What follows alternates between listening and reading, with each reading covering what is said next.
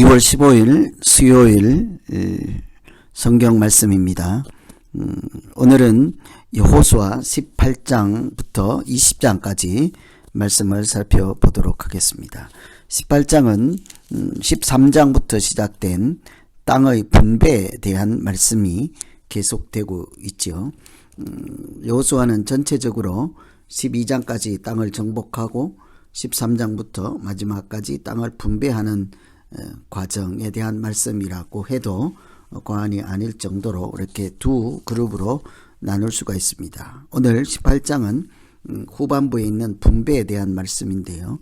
유다 지파, 에브라임, 므낫세 세 지파에게 땅을 분배한 후에 사람들은 그 땅 분배에 대해서 좀 더 적극적이지 않았습니다. 오늘 18장 3절에 보시면 여호와께서 너희에게 주신 땅을 점령하러 가기를 어느 때까지 지체하겠느냐라는 말씀이 있죠.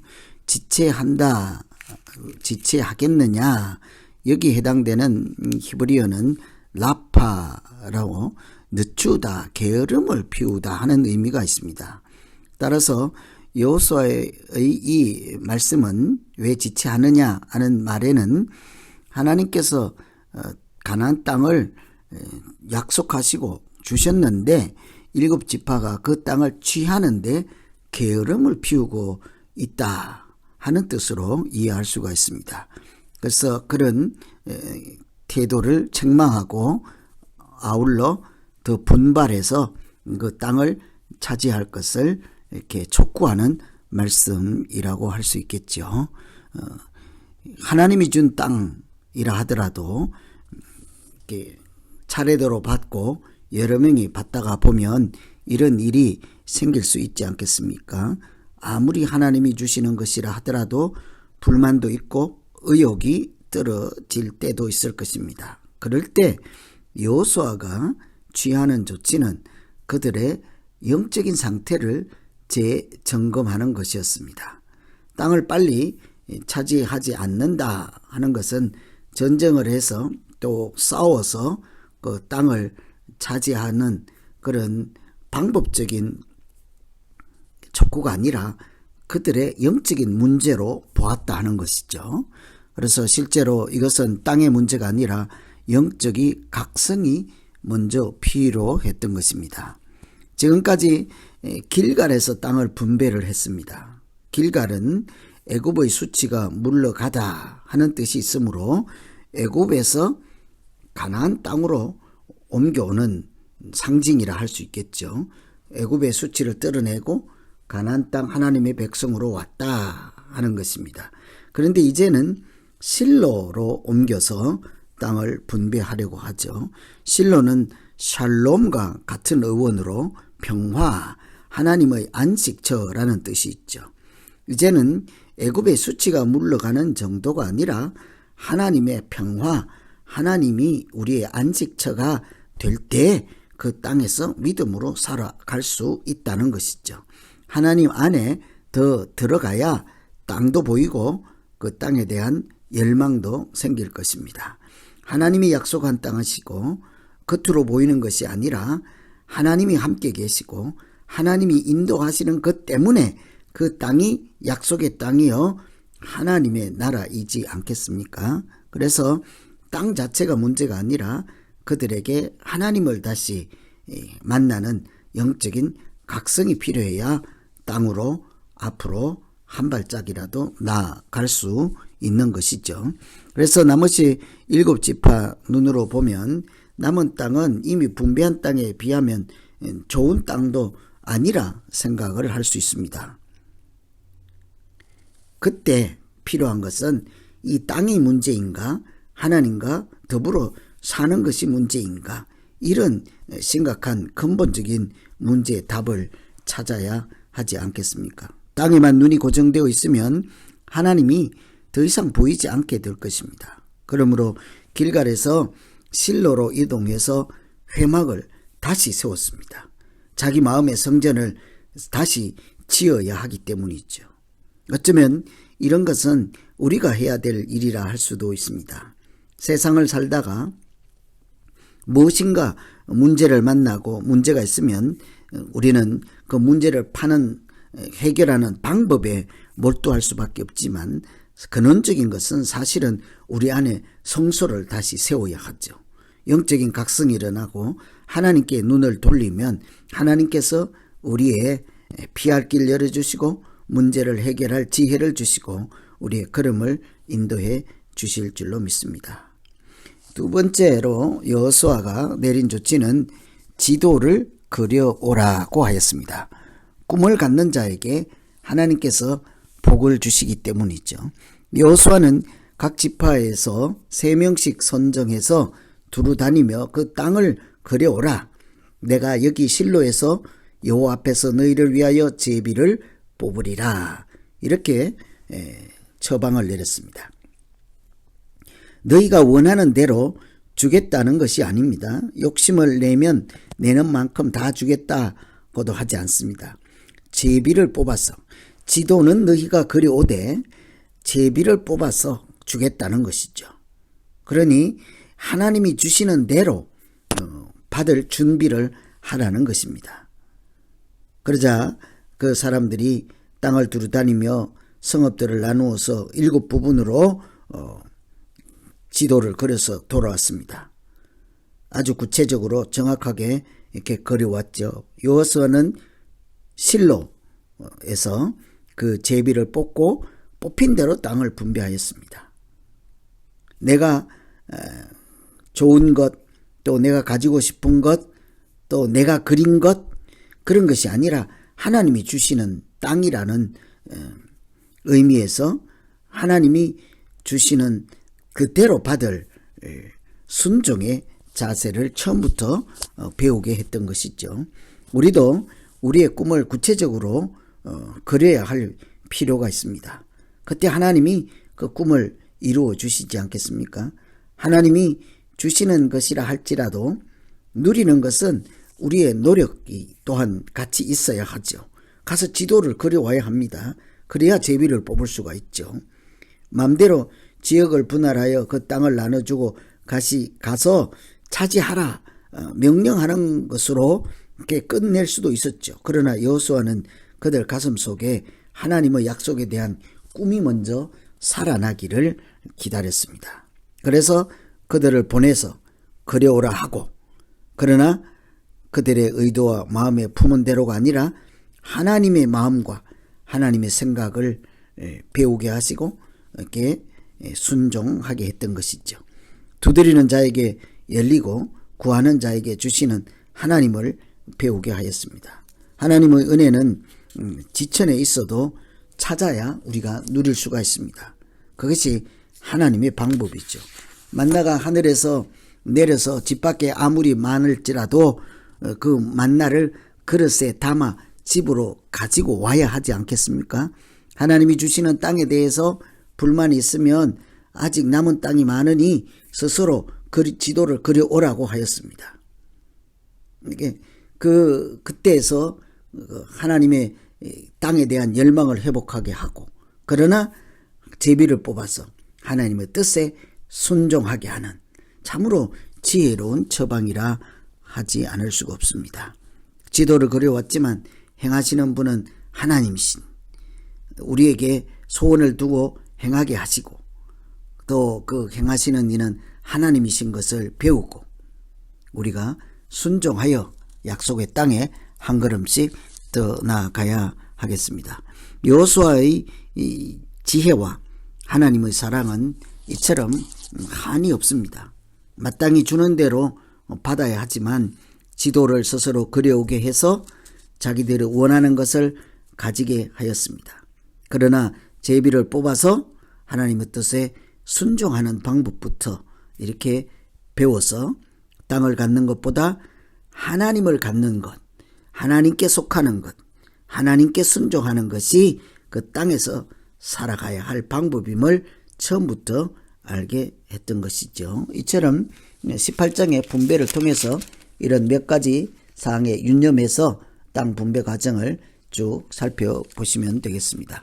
19장에 시몬 땅을 분배하는 과정에서 보면 1절과 9절에 유다 자손의 기업 중에 성읍 몇 개를 기업으로 받았다 하죠. 좀 특이한 내용이라 하겠습니다. 가장 인구가 적고 또 유다는 땅을 많이 받았고 해서 그 유다 자손이 이미 받은 것이 많으므로 유다는 기꺼이 양보를 하게 되죠. 축복도 많이 받았고 나누어 줄 만한 믿음과 마음도 있었다고 볼 수 있습니다. 그래서 결국 시몬 지파는 서서히 유다 지파 안에 동화되어 유다 지경에서 분산이 되고 말지요. 그러나 우리가 한번 생각해 볼 것은 유다 지파가 땅이 많다고 다른 사람에게 주겠습니까?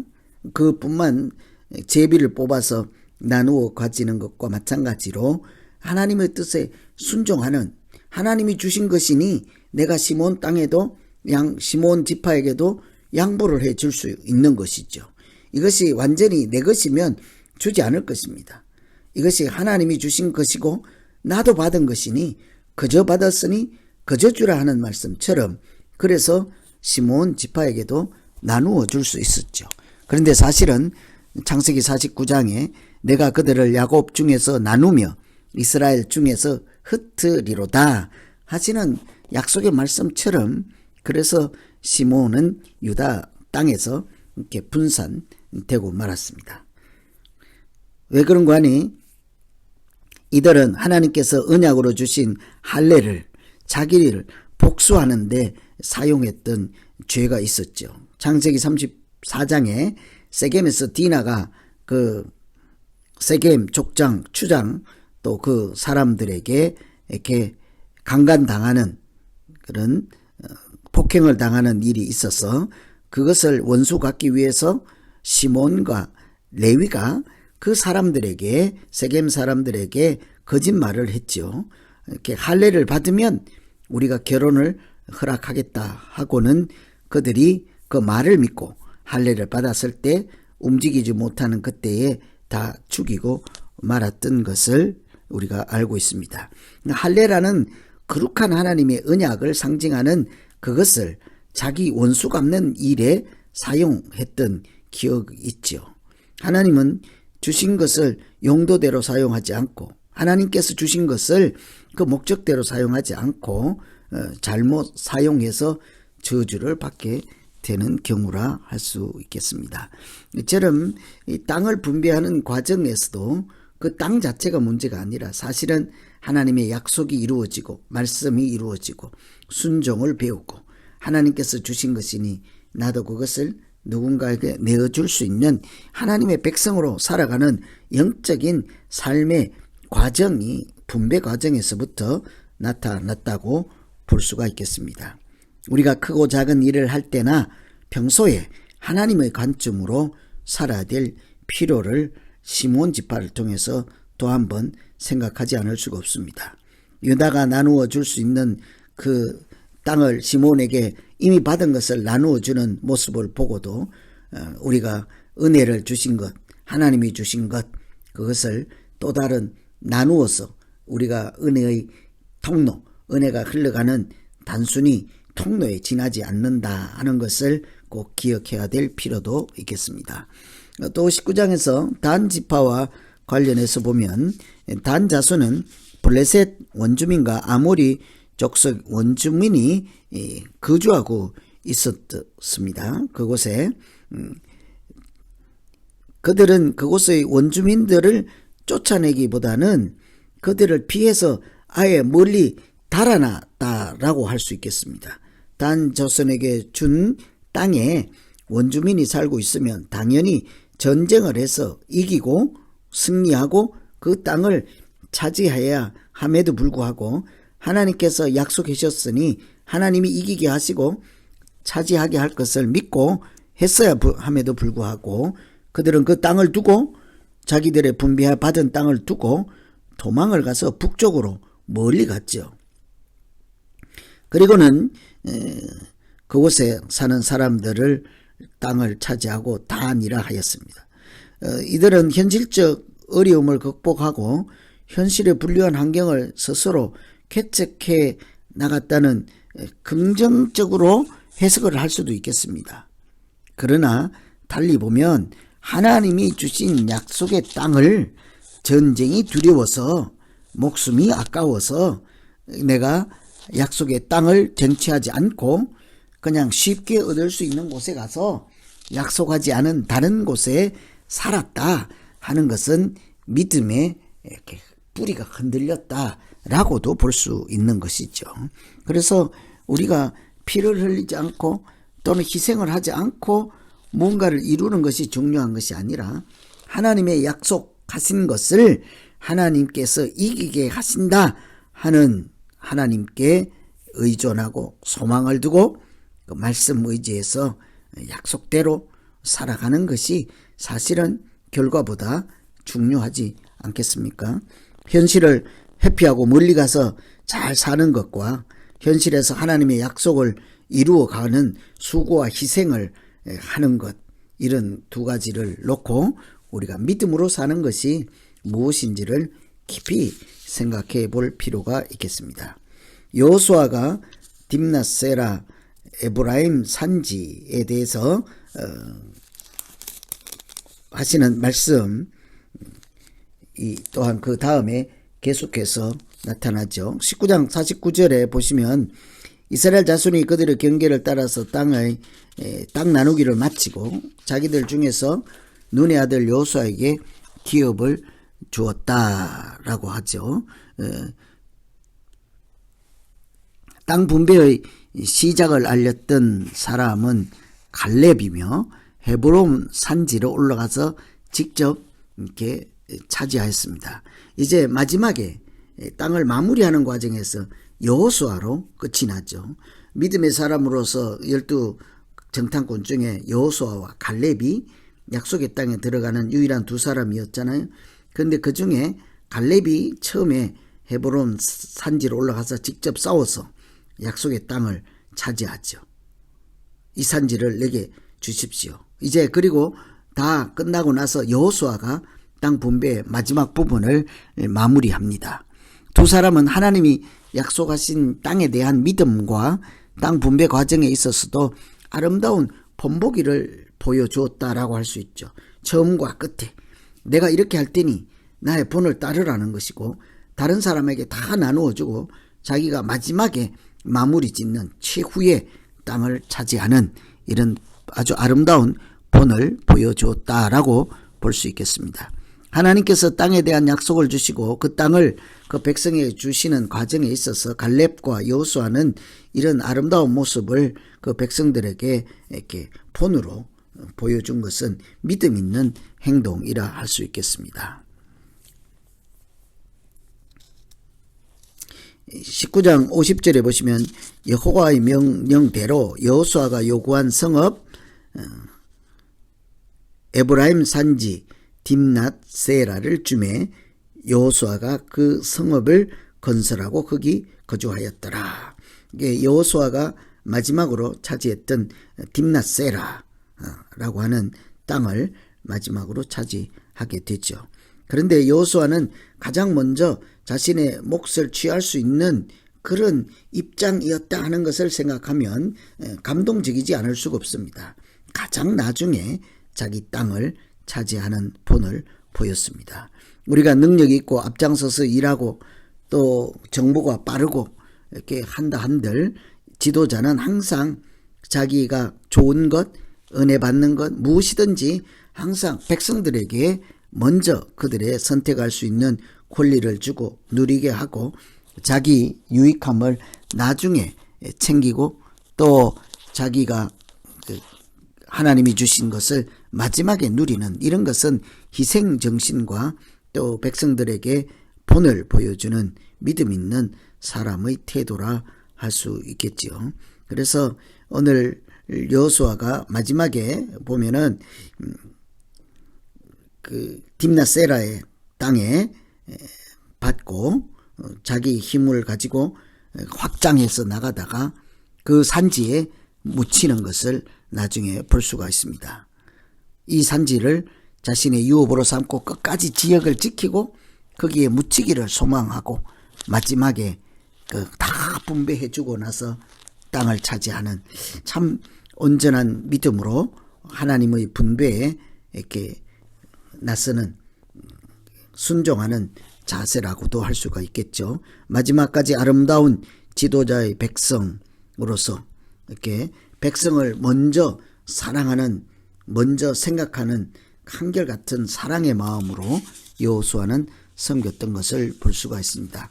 이렇게 18장 19장 땅의 분배 과정을 다 마치고 나서 참 특이한 것은 20장에 도피성이 등장한다는 것이죠.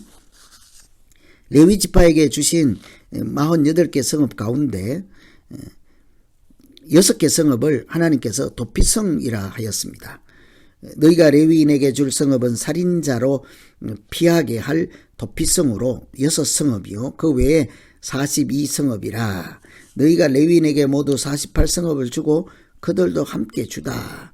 서쪽에는 납달리 갈레스 게데스, 갈릴리 게데스, 에브라임의 세겜, 유다 헤브론, 동쪽에는 바산골란, 길라, 라못, 벳셀, 이렇게 6, 동쪽에 3개, 서쪽에 3개 레위 지파의 성읍 중에 6을 특별하게 구별하여서 도피할 수 있는 특별한 곳으로 지정을 하였습니다.